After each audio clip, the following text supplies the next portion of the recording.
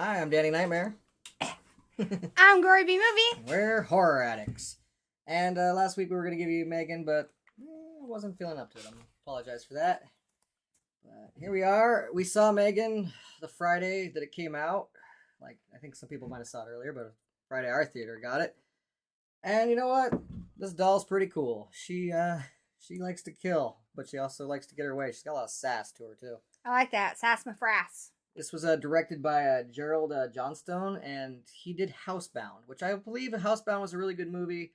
I felt it was a little unsung and not enough people talked about it. Thankfully, Joe Bob showed it on the last drive-in last year, but it's a And what? Housebound and Gerard are, he's New Zealand and it's a New Zealand film. It's really cool, really unsung, really original. So if you haven't seen it, not only should you see it, but you should watch the Joe Bob version that's over on Shudder. It's just cool. This girl, she's fairly a young adult, and she gets arrested and she gets house arrest, and it forces her to go back to her mother's house and do her time. But she becomes convinced that the house is haunted or something. There's something wrong there. So yeah, things turn sour fast, but it's really funny, really original, kind of spooky. Well, in M3GAN here, the girl Katie is much younger, but loses her family in a snowplow accident and is forced to go live with her aunt, who is played by Allison Williams. She plays Gemma. Allison Williams was great in The Perfection and Get Out, so I like seeing her in more horror. I'm glad that she's continuing to do so. But yeah, so she's kind of housebound to her aunt, who doesn't have toys. Well, toys that you can play with. She's like us. Okay, you make that sound like she's got a drawer full of dildos, right? The woman's got collector's items. Adult toys. Collector's items, all right? We don't want kids getting their sticky little hands on our collector's items, okay?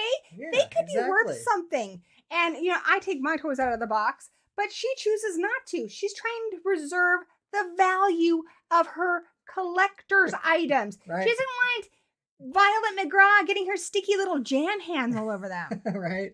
And it's weird because like the counseling lady who comes in to check on Katie, she's like, well, what do you guys do? Like, you play toys and stuff. And of course Katie's like sad. She just lost her parents, and it's not perfect that she, like, the new house that she's living in, her aunt wasn't expecting this. Like, they're doing good for what they can be doing. She's like, well, okay, fine, she can play with one of my toys. And they rip open the package, and it's like killing her as she's doing it.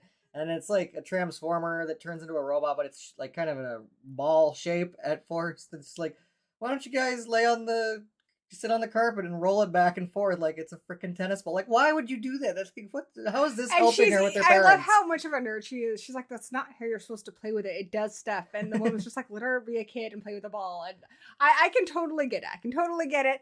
By the way, you've got a brother of a certain age. What up, brother? Who was just on my channel and is a new subscriber of my channel, and new subscriber of your channel too. Thank you, brother. Nice to see the brother here.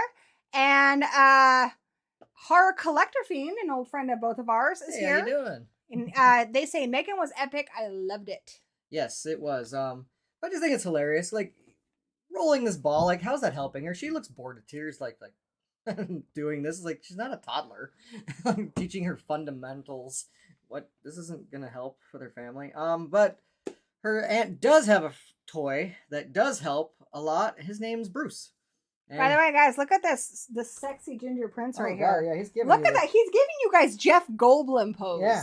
This is the Jeff Goldblum sexy shirtless pose from Jurassic Park, a la my ginger prince, Kirby.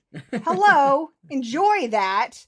Hello. We're not even charging you guys for this. This isn't OnlyFans, all right? You're getting this for free. For free. This is the entertainment you get for free. Now he knows you're talking about him and he's annoyed.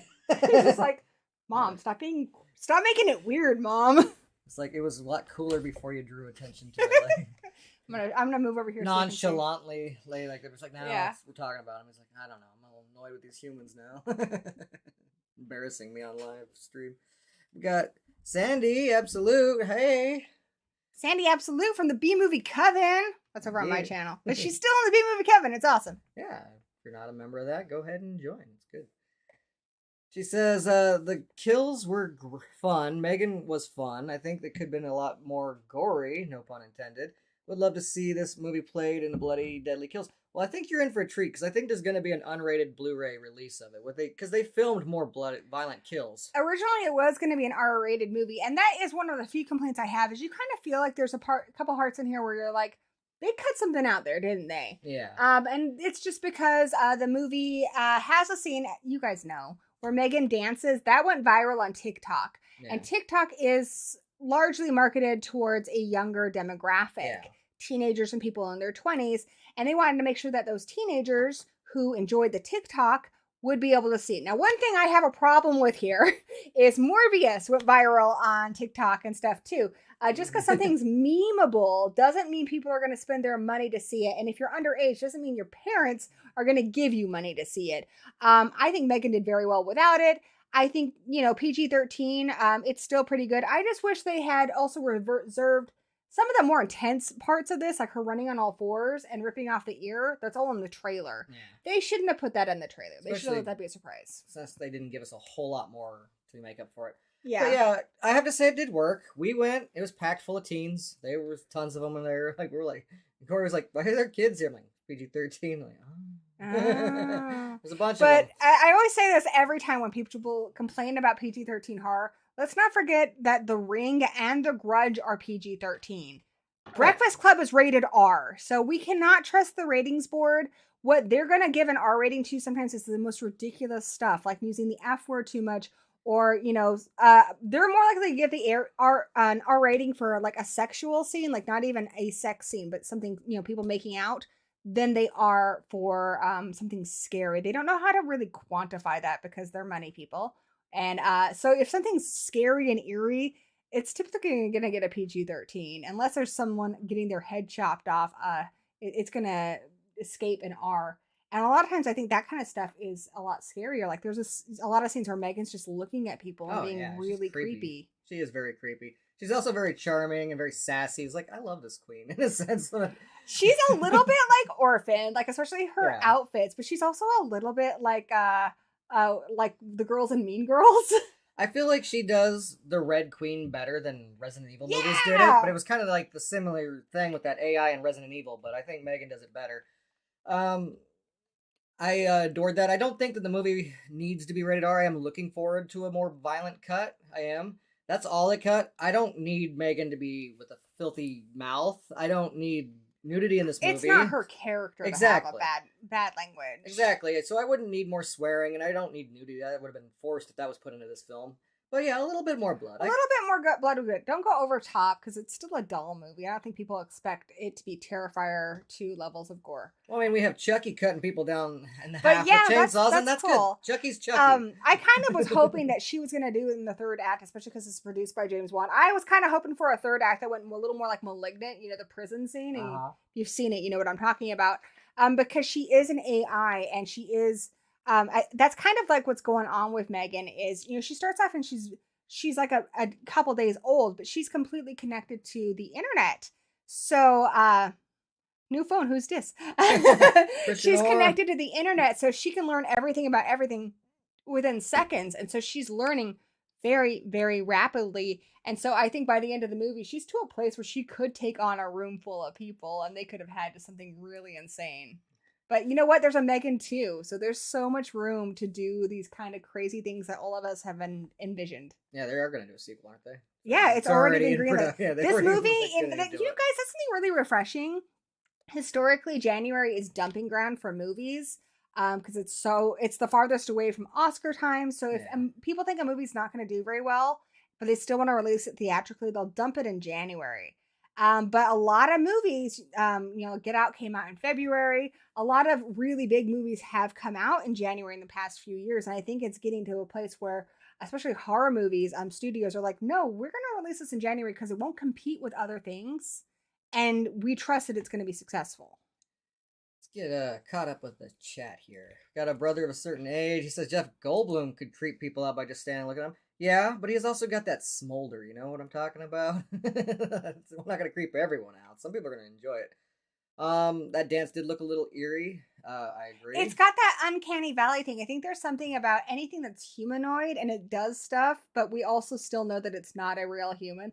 There's something about that affects our brains in a way that's just really creepy. Like it's very human-like, but at the same time, it's not. Like it's very like, it's just enough. Not, I mean, because our brains are more attuned to people's faces than anything else, and so it's really hard to trick our brains into believing that a human face that was computer generated is real. And so our brains are always going to be like, "There's something wrong about that," and it's going to come off really creepy. Yeah. Horror Collector Fiend says they want M3GAN versus Chucky. Well, you got it on Twitter. You can go. And you got it on my Killer Dolls Fight Night. Yeah, you got it on that too. That was over on Gory Movie. Yeah, so go check that out. You'll see actually a lot of these dolls in that fight night. Look at these dolls. Well, look at these dolls.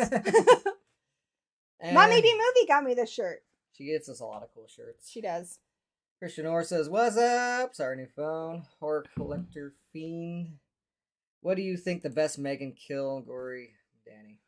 I'm gonna say the one right after the dance scene. I don't want to spoil anything because it's still pretty new, but that one. Yeah, that one was pretty good. Actually, no, I'm gonna go with the little boy one, which is in the trailer, where she like runs after him on all fours. I'm bummed that the best parts of it were shown in the trailer, because that is honestly the best kill, and then the pulling off the ear thing is really creepy. Yeah, that's the torture before the kill, and that's why it's such a Yeah. good kill. If it was just the kill without that, I include the preparation of the kill Exactly. with the kill. the That's foreplay was the best part of that Yeah. kill. But the it still foreplay counts. was the best part. It Yeah, still counts. It's part of it. yeah. Mummy's in the chat. Mummy B Movie. All right, and we got Jamie Hart. Jamie Hart is just the best, and I'm glad she's here. All right. So, yeah, there is a toy that she has for her niece, and his name's Bruce. And he's a cool That's not for her niece. That's well, a little no, wrong. but she lets her play with him. And she says... Okay, to clarify a little bit, so the aunt is a robotics genius. Yeah. And she's kind of ended up focusing her talents for this toy company. She made this kind of like a little bit like a Furby, but really Yeah, advanced. Furby that poops. And she's doing this, but before that in college, she made this thing called Bruce. It was her first robot that she created. It's not nearly as advanced as M3GAN. You have to wear these gloves for it. Mhm. But when she sees that her niece is excited by the dolls and the technology, she does let her look at it. But it's not something you really play with. It's really big. She had one of those Furby things before she lost her parents. And even her They poop too. Yeah, they poop and they cuss, and they're just little annoying things like Furbies, but pooping. Like they poop real things. Actual poop. Yeah, she had one of those before she lost her parents, but she's not into them anymore because of the reason how she lost her parents. And yeah, so Bruce is the first thing that like excites her since she's lost her parents. And she even says, if I had a toy like this, I don't think I would need another toy ever again. And that kind of plays into the plot because the Gemma was already working on M3GAN, and she's had a couple setbacks, but her boss is saying, we need you to make this. The problem with the things that Gemma's making is they're too expensive for anybody to buy for their child. Yeah. So he's like, I need you to make that little furry pet thing cheaper because the knockoff people are doing it and we're not making money. And the moment her niece says this, she's like, no, I'm going back to making M3GAN because that's what she's passionate about. And she markets it to these people. She's like, it's expensive, but it's the only toy you need. This toy does everything. And on top of that, it kind of plays, you can see a lot about Gemma in the way that this toy is designed. Because not only is it a toy, it reads to your child. It reminds your child to flush the toilet. Yeah. It reminds them to do their chores. It teaches them things about like vegetables and such like that. Use a coaster. Essentially, this toy is also a babysitter. It's a nanny. It's almost a surrogate parent.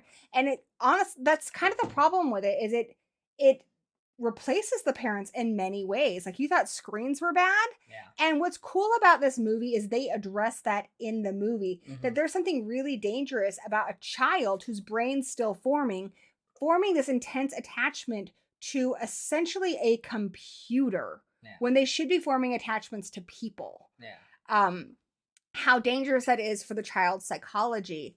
And a lot of actual psychologists, since this movie have come out, have said, like, this movie was incredibly smart in that it addressed that. And it addressed it really well. And it didn't just do it in passing once. It does it multiple times where, you know, psychologists and stuff in the movie are just like, this is cool, but this is really dangerous. And not just because she's a killer doll, because they don't know that. It's dangerous for what it would mean for parents, for children, and their relationships. You know, we always talk about screen time right now. That's kind of a popular thing with how screen time, computers and such are harming some of our interpersonal relationships. This toy is that times like 100. Yeah, I mean, even before computers, like the cable guy touched on, like how the TV is used as a babysitter, and that's not healthy. So now you've just made this animatronic babysitter and mother figure because she's attached more to Megan than she is to her aunt or anybody else. That's like all she cares Well, about. especially because she's grieving right now. Yeah. So she's looking for comfort. And she should right now be bonding with her aunt and getting that comfort from her aunt. She's getting it from a computer. Mhm. And that's not healthy at all. Because it's a very delicate time for her. And there's places in the movie where we see that where her aunt's like, go play with other kids. And she doesn't want to play with other kids. She wants to just play with Megan all the time. And Megan is basically, they get the kid's fingerprint, like how this will work out, and then Megan will put that kid as their priority. The user. kid would be Katie in this situation. Yeah. So for it to be kind of assigned to you, the doll needs to imprint on you. So they have it do this.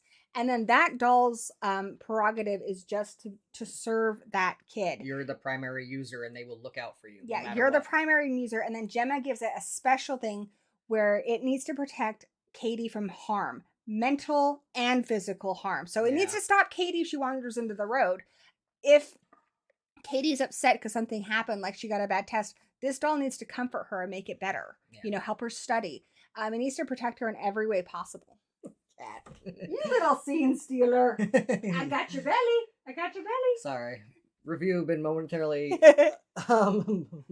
taken over by cat bath. Oh, look at that cat bath, guys. Look at that. That is a gorgeous ginger prince right there. Gorgeous. Gorgeous. I love how he gives us that He gives us that look like, you guys suck. I'm gonna do my cat thing, but whatever. He could leave though. He he pretends he hates it, but he kind of loves it. He hates that we're calling attention to it. He still wants you to see him. Yes. Or whatever. But anyways, so she's very protective kid. And yes, this is not the most original story. This is criticism I gave the new Child's Play movie reboot, whatever. It's not that original. Something becomes overly protective of kid. Like, it doesn't matter if it's an alien or a robot or a pet or anything. They get this bond, and then it becomes jealous and overprotective where it is trying to help, but it doesn't know exactly what it's doing, and it starts hurting innocent people. And the beans are in season. That's happened a lot. I would have to say that is like one thing about Megan, that yes, it is a fairly reused story.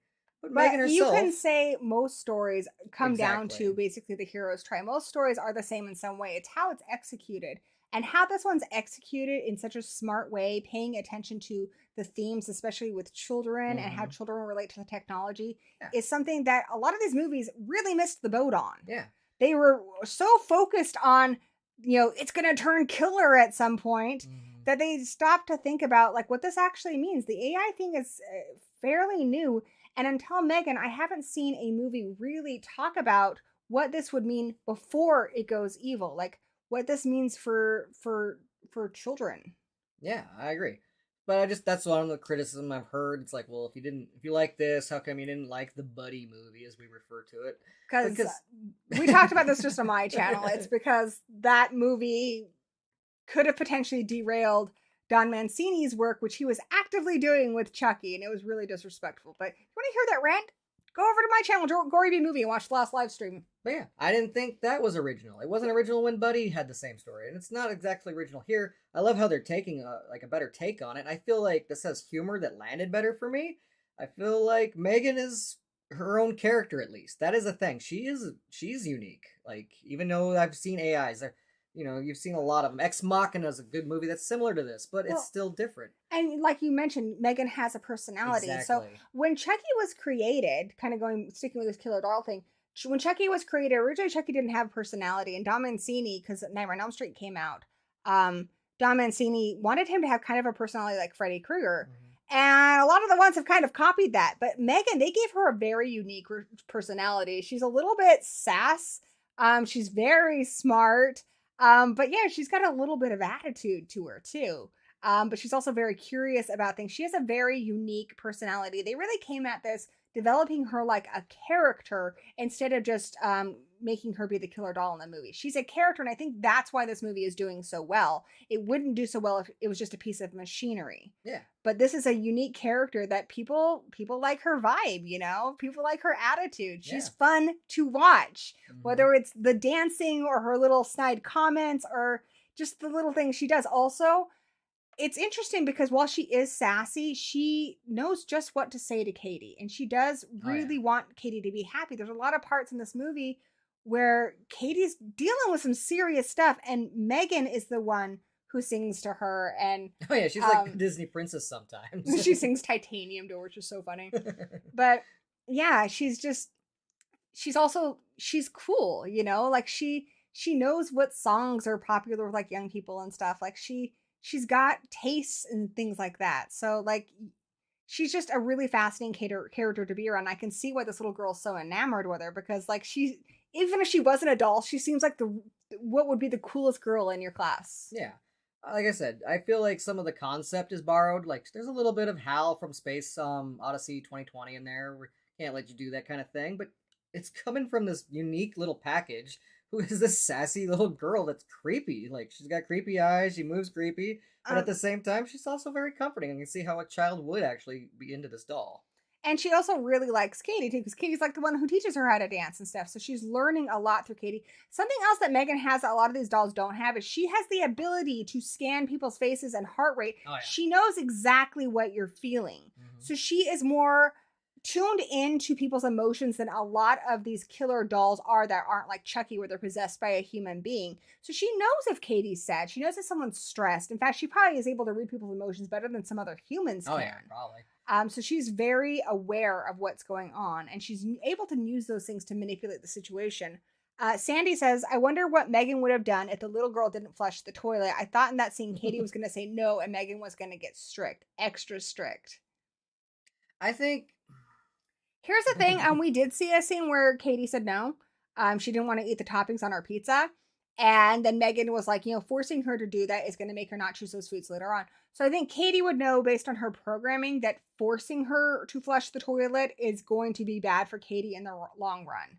It's going to make Katie rebel. So I think she would find a way of using psychology to explain to Katie why she should do it, or to get her to do it, or she would just let it go for that one. Because there are actually times in this movie where she does let stuff go. She doesn't tell her to flush the toilet. Yeah, I think she can analyze the situation. It's like, it's not that important to suggest a coaster right now because so much shit's going on. Yeah. So I think, depending on the circumstance of what she would do, but I think more than, she wouldn't use violence on the toilet. The only way I think she would go against Katie is if Katie came at her, because she does take her prime directive, which is to protect Katie, very seriously. But she's also very smart, and she considers herself to be alive, which in a way an AI is kind of alive in its own way. So unless somebody threatened her own livelihood, like if Katie tried to break her, then she, I think, would get violent with Katie. But otherwise, no. Yeah, Megan's like big thing is that she also is hooked up to the internet. She can like look up a lot of stuff. Like if because she's very curious, like you said, but then she's like basically like they tell her don't worry about it, but like, oh, okay, let me look it up for myself. Oh, there you go. And she didn't need to ask for permission because she has really no safeguards on some of that stuff, because she is a rushed product to try and sell to the company. They didn't put any safeguards on her at all, which is another big problem. And that's also something that makes a lot more sense in this movie. A lot of these movies, it's like, well, how come you didn't notice that glitch? In this one, it kind of talks about like a lot of our technology. You know, anybody who's played a video game knows things get rushed out, and then you're trying to play it and then it's like glitching and you're like, what the crap? Right. It's because they want to get that money and they push things out because they know people are like excited, and then things break or they're missing features that they need. They put no internet or parental controls or anything on Megan, which obviously this machine needs that. But at least there's a very good explanation as to why. And it's because her boss is initially really skeptical, but they do this showing where they invite Katie in front of all these investors. And it actually looks like it's going to go really wrong, because Katie breaks down and she's just like, I've just lost my parents. Yeah, and here I am, and I'm doing this, and I didn't want to do it. And I'm sad and I'm confused. I'm in a new house. Mm-hmm. And she just breaks down and everyone's just on edge. And then Megan does exactly the right thing. And turns it around, and they're like, holy shit, this toy is amazing. People are going to pay thousands of dollars to get this for their child.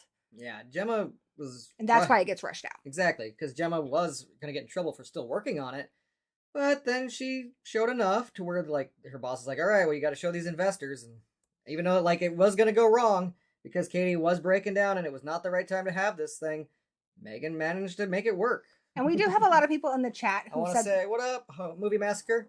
We have a lot of people in the chat who haven't seen this yet and have mentioned that, so I don't think we should do spoilers. No. I don't. Honestly, the trailer spoiled enough for you already. So we won't. I want to tell you some cool behind the scenes stuff. M3GAN is actually created by 2 little girls. One of them, let me see if I can find her name really quick. One of them, Jenna Davis, does the voice of M3GAN. So she does the full voice performance. The other one is Amy Donald. She was actually interviewed because she's friends with Ken and Ash over on Sledgehammer Horror, and she just did an interview with them. But she did all the physical performance, and she's incredibly talented. She did the dance, everything. Really talented young person, and the vocal performance by Jenna is also just exceptionally well done. M3GAN looks like a real, thing. Yeah. And it's amazing that it's not an animatronic or something. It's done very, very well. I never had any doubt that this doll was real. Yeah, I love that it's physically there, because between the 2 girls, yes, there's some touch up with the CGI and stuff, but it's still something that's actually there, and that's what I really love about it.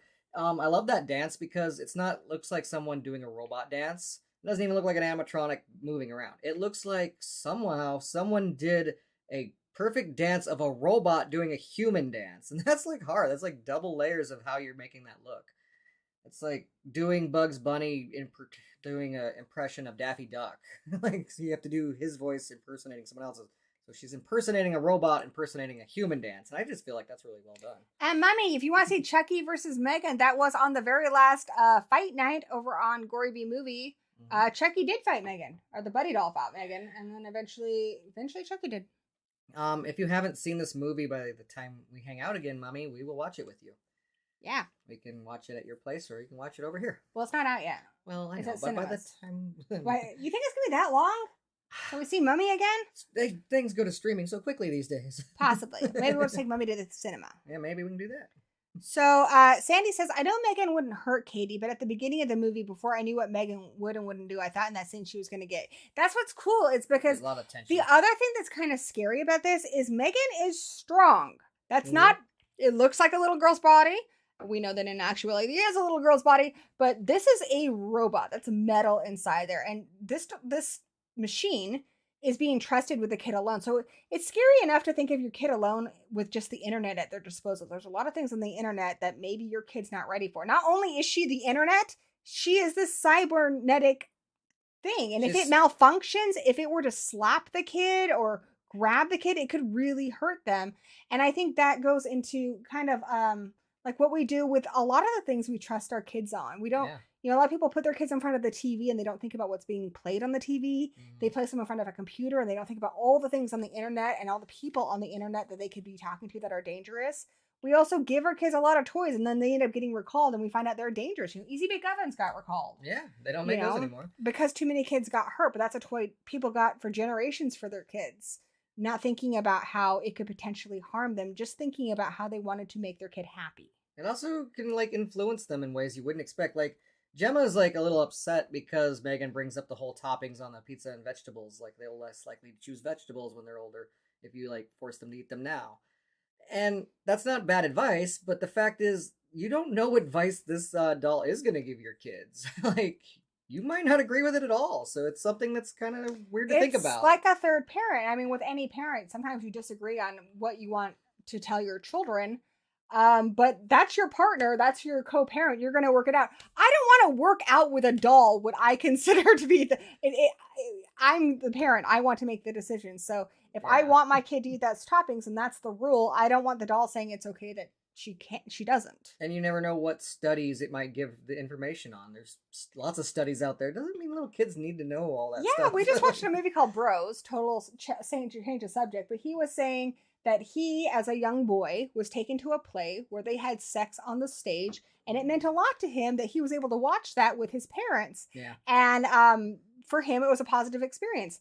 I know a lot of parents wouldn't do that with their kids, and it'd be against their values. But what if M3GAN viewed it that way and you didn't? That's just one example of where you guys could clash, and, M3GAN's around your kid a lot more than you are. Thank you, Mummy. I really appreciate it. You don't have to do that. You do more than enough, but I appreciate it and love you. Thank you, Mummy! Let's see here. You can buy some proper teas with that. We have PG tips. That is what I'm drinking right now, but mine has some Gory whiskey in it. PG Tips is the best. I don't use that. Hey, we got a new person here on your channel, Bimpy96. Welcome. What up, Bimpy? Nice to see you here. They said that they just saw the movie a few days ago and I loved it. And what I'll say about M3GAN, one, as somebody who used to be a young girl, had slumber parties.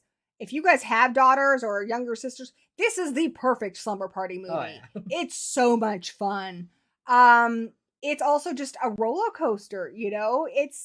It moves by pretty quickly. It's a lot of fun. It's one of those horror movies that you end with a smile on your face because you just had a really great time. My little sister used to have a talking doll. It was like tall, probably about as tall as that Chucky doll, though. Actually, it was a little brunette doll. I don't remember what it said. It had a few phrases that it said, but the batteries kind of died and it started talking all crazy and creepy. And my little sister didn't like it even when it talked normal. She'd always throw it in the bottom of her closet and throw a bunch of toys on top of it. But I would sneak in there like an older brother would, pull it out and lay it back next to her so she'd wake up in the middle of the night and scream. M3GAN wouldn't let me do that, though. That's why... No, in fact, M3GAN would lecture you about the dangers of pranking your own child or your sister. M3GAN might actually break my finger or more. Yeah, Bimpy says they've actually been here for a while, just lurking. I'm glad that you finally felt comfortable enough to talk to us because we certainly enjoy talking to you. Yeah, thanks for making yourself known. I mean, I don't mind people lurking. Hi to anybody who out there doing that, but it's always nice to hear back, so appreciate it. Feels good having people to talk to. Exactly. We like that. So, yeah, I'm definitely going to say M3GAN's a see it for sure. If you still haven't seen it in the theaters, I recommend you need a reason to go see a movie right now. This is what I would recommend. You know what, guys? There's not a lot of horror movies right now out at the cinemas, depending on where you live. I know we didn't get Skinamarink or Sick at the cinema. So right now, M3GAN's the only one out. And it's a great time. Absolutely. I'm glad it came out this time of year because there's not a lot of competition. And I think M3GAN's going to reign in the cinemas for a while. I'm glad I went to cinemas because it really is one that you want to see in the cinema, not just because you get the bigger sound and everything, but to see it with an audience where people are gasping and laughing and, you know, enjoying it. It's just a fun cinema experience. If for whatever reason you're not comfortable going to the cinemas, absolutely, when it comes out on streaming, stream it. But you know what? This movie's good enough that I would say own it. Yeah. I, for one, I'm going to buy this one as soon as it comes out. I hope we get a 4K. I do know they're going to release an unrated or R-rated edition. Yeah. And I think it's going to be amazing. I cannot wait. I think it'll be the equivalent of an R-rated, but it'll probably just say unrated because that's usually kind of how it goes when they do the PG-13. But yeah, I'm going to definitely want to own it too as soon as it comes out. So Mummy B Movie says, I'd love to see M3GAN with you both. That message was supposed to be a super chat. It took too long to type. Okay, no worries, Mom. Yeah, we'd love to take you to the cinema to see it, or as soon as it comes out, like I said, I'm probably just going to buy it and we can all watch it together. I think, Mummy, you're going to have a lot of fun with this one because I know how much you love Chucky and I know how much you love Glenn. This doll's pretty fun. Yeah. Yeah, we can take her out or we can watch it on Zigma's big old TV because I know Mummy likes to watch it on that. Yeah, Mummy B Movie, guys, long-time horror fan. If it wasn't for Mummy B Movie, I wouldn't have ever gotten into the genre. And being PG-13, I think this is one where you can show some younger kids. Like, if you're trying to think of how you can get your kids into kind of horror, maybe don't start with this unless you know your kid well. But I think it is one of those ones where you can show younger audiences and get them kind of intrigued into horror. You know, guys, my advice to you, my mother raised me well. And my mother never told me I couldn't see anything. My dad had a few movies that I was forbidden from seeing. But my mom would basically say, are you sure you want to see Carrie? Okay, there's going to be a fire. There's going to be, you know, people getting knocked off bikes. She would basically tell me all the worst parts about it, or like Pet Sematary. A little boy's going to hit by a truck. And if we basically agreed that we could handle that, she'd be like, all right, well, you said you could handle it. She would trust us to make that decision after giving us the information. And I think that's the way to go about it. You know, if you're going to put this on for your kid and you're not sure, say, you know what, just be straight with them. A little kid's going to get their ear ripped off in this. There is a doll here, and it is scary. She does run on all fours. This is stuff in the trailer, guys. I'm not spoiling anything for you. So, you know, just tell them. Tell them the worst parts about it. And if your kid says, yeah, cool. Then do what my mother did and sit down beside them and watch it with them. Yeah. My mom would just rent me whatever I wanted. I rented some messed up shit. My dad, he wasn't against horror so much. He didn't want anything that was too crude, I guess, for me, or anything too effed up in his eyes. But overall, he would still let me watch a lot of horror. And my grandparents loved me. They would usually watch horror with me. Yeah, Baby says they were allowed to see any movie. Baby wants to know where they think the sequel will go. I think this movie is really cool, but being that it was produced by James Wan, I was kind of hoping it would go bigger. If you watched Malignant, you know what I mean, where there's that awesome scene at the end where there's a big fight in a prison. I think M3GAN can take on a lot more people at once than she did in this movie. Yeah. I think it needs to go bigger. She's like deadly because not only she is a little light. So that is like the one thing she has against her is being small. She's somewhat light for her doll too. Frame, like a kid picks her up and walks away with her at some point in this. A dog grabs her and like shakes her around. But she's also very strong. And she knows how to use, like, your weight against you. Like, if you come at her, she knows the angles of what's going to mess you up off of your gravity. She's also really smart, too, because, like, she observes things for a while. Mm-hmm. And she, you know, she might fail the first time, but she will quickly learn from that mistake. Yeah. She's clever. But here's the other thing they could do with the sequel. She is a technological device. She can get upgrades. Oh, she can get upgrades. She can get a stronger body. And, you know, that kind of stuff is always kind of silly when you see Jason becoming Uber Jason, though I love it. But in this, it makes 110% sense that she could be upgraded with a stronger body, or she could do more things or have more features. I don't know how, like, specifically she's coming back. I don't want to get into her, like, the end of what happens to her at the end of this. I just know somewhere, like, in the middle of the movie, we know she has access to the internet, and she's, like, been able to hack, like, Alexa's. So, who knows where her consciousness could be stored. Also know that there's, like, kind of a Jurassic Park moment where this guy is gonna be stealing details on M3GAN. So, I know she's coming back. We already know, because it's a sequel. So, I don't know. I just can't wait to kind of see. Jamie says their kid's turning 21 next month. Congratulations! It's really fun. My son is now 18. And it's really fun. I remember when he was little, I was always finding ways to enjoy spooky stuff with him. But yeah, now he's old enough for it. It's just a matter of getting him to watch it with me. Yeah, he liked it a little more when he was younger, actually. But yeah, he loves a good mystery. Yeah. Oh yeah, I saw that film. It's been almost all of Wan's films, so it would have been nice if it went more over the top. But I think maybe they are saving that for the sequel, and definitely the unrated cut. Mummy says that I was afraid of spiders in The Spider and Incredible Shrinking Man, but now I love spiders. I do. Actually, this is weird. M3GAN reminds me of a jumping spider. So, yeah. Not to get too National Geographic with you, but jumping spiders have exceptionally good vision. They actually see shades of blue and green that human beings can't see. That's why they have those big, adorable eyes. And the reason why is because they hunt. They don't have webs. So they will spend a long time watching like a fly or a cricket the first time they see it, to see how it moves so that they can hunt it, and then they remember that. So that's kind of how M3GAN is. Like when she's introduced to something new, like a dog, she will watch it. And if she makes a mistake and it bites her, she will remember that and she will recalibrate how to go about it. So yeah, M3GAN's kind of like a little jumping spider. Yeah, and you were afraid of spiders until what, about a year ago? A year ago when I adopted my first jumping spider who came in from the snowstorm. And now I want a tarantula. And kind of like the jumping spider and stuff, like you said, she will kind of remember patterns. She can read your physical abilities. Like maybe she'd know if you're tired or not. Like if you've worn yourself out.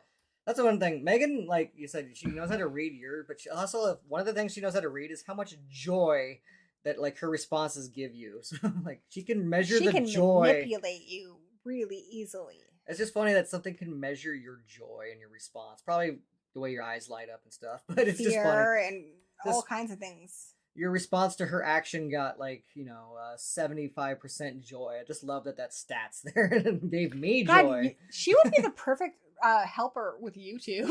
Yeah. She'd watch a few of the videos and the responses, and she'd be like, "Okay, you need to do this because this inspires the most joy." She'd also be like the worst producer, the worst movie producer. Exactly. AI is already taken over the arts. Oh my gosh! Oh god! There's Lenza. There's gonna be freaking AIs that make movies someday. Yeah. I'm scared. She's like Skynet, but all packaged in a little girl form. Yeah, I need to have a job where we trained AI. So this stuff kind of creeps me out. But yeah. Anyways, we're gonna own it. That's what I would recommend. And I think sometimes we say, well, we would own it, but we're weird. This is one that I think most people would like to have in their collection, especially if you got people over, you want to put on something spooky but fun. Mm-hmm. This is entirely that movie. I think it's got mass mainstream appeal. So even if you're not a hardcore horror addict like we are, Yeah. I think you're going to have a great time with this because it really does succeed as a mainstream movie that appeals to a very wide audience. Yeah. I was laughing a lot of it like you're supposed to. I actually think the humor really hits in this movie. And like I said, we were in a theater full of teenagers. They were laughing too. Like, And there's something kind of ridiculous about a doll, even when it's advanced as this, attacking people. Mhm. And it's smart that this movie recognizes that there is humor inherent in that. yeah. This movie really knew what it had, and it really knew how to tell the story in a way that was effective and original. It knows when to lean into it. So. That's so cute. All right. Well, let's see. Last couple of comments real quick. Last comment here is from Bimpy96. I don't have any kids, even though I want one, but I think this could be a way to start them with horror that isn't a kid's horror film. I 100% think it is a really good one, especially if you, I think little girls would love that. As a little girl myself, I really love movies where there was like, final girls and such, but especially if there was a little girl in it, like Danielle Harris's character in Halloween, I get super excited. Or like The Bad Seed. I think younger fans who are getting into horror are really gonna like this movie. Yeah, I saw a lot of doll movies as like when I was a kid. Chucky did freak me out more than like Freddy and Jason and stuff because they usually went for teenagers. But poor Andy, I really related to Andy. It's like, a little doll going after him. And he's a kid, and the thing wants him. It wants his soul. I'm like, damn, that's messed up.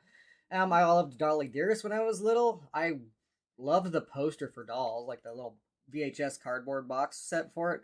But unfortunately, I rented them. Like, it wasn't nearly as good as the cover. But yeah, I think I would have loved this as a kid. I think this is a good movie to show to kids. It's also a good movie to show to your older friends that aren't really that into horror, maybe. But you guys want to compromise on something to watch. I think you don't have to be a big horror fan to like this movie. I will say I think Chucky is a lot scarier. I remember just his face used to scare me as a kid. But I think the fact that Megan's actually she's pretty, she looks more like a real little girl. I think it's gonna carry over for audiences in so many different ways. I mean, obviously there's the AI way in, there's the toys, but even just like female friendships. When you get that really cool first best friend. But friendships don't always work out the way we want them to. So I think this is going to really appeal to especially younger girls. Yeah, I'd see that happening. And rich children. And we didn't mention it, but Violet McGraw, who plays Katie, she is such a. It's so hard to find talented young actors, but especially the ones that age. She was in Haunting of Hill House. She's just really, really talented. And really, she does a good job of pulling out your heartstrings. They give her a lot to do in this, and I feel like she just knocked it out of the park. She definitely held her own.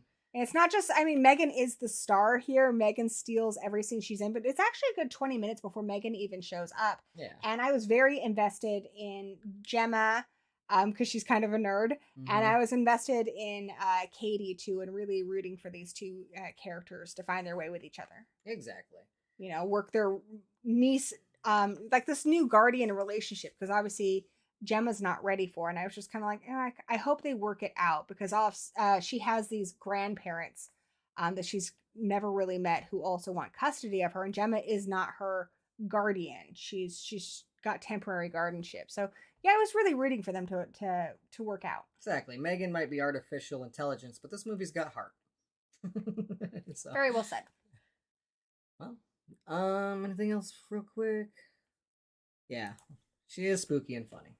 That's the thing. Like, rich children whose parents can afford this, and rich perverts, beware. Megan she might get you. All right. Cut. Scissor my daddy ass.